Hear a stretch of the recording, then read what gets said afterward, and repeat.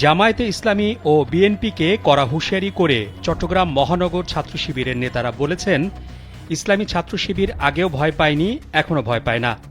একই সঙ্গে বিএনপি ও জামায়াতে ইসলামীকে সতর্ক করছি, আপনারা কোনো সন্ত্রাসী গ্রেফতার হলে যে সুপারিশ করেন এটা বন্ধ করেন। আপনাদের পক্ষ থেকে কোনো সন্ত্রাসীর পক্ষে সুপারিশ করা আমরা আশা করি না।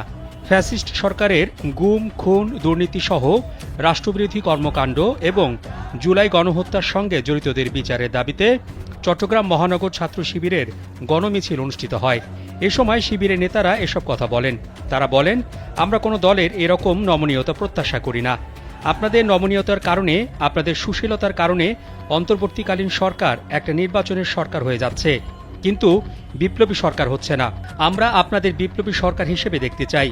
এ সময় মহানগর ছাত্র শিবিরের নেতারা আগামী দিনের ছাত্র শিবিরের ঘোষিত সব কর্মসূচিতে জামায়াতে ইসলামী ও বিএনপির অংশগ্রহণ প্রত্যাশা করেন বলেও জানান।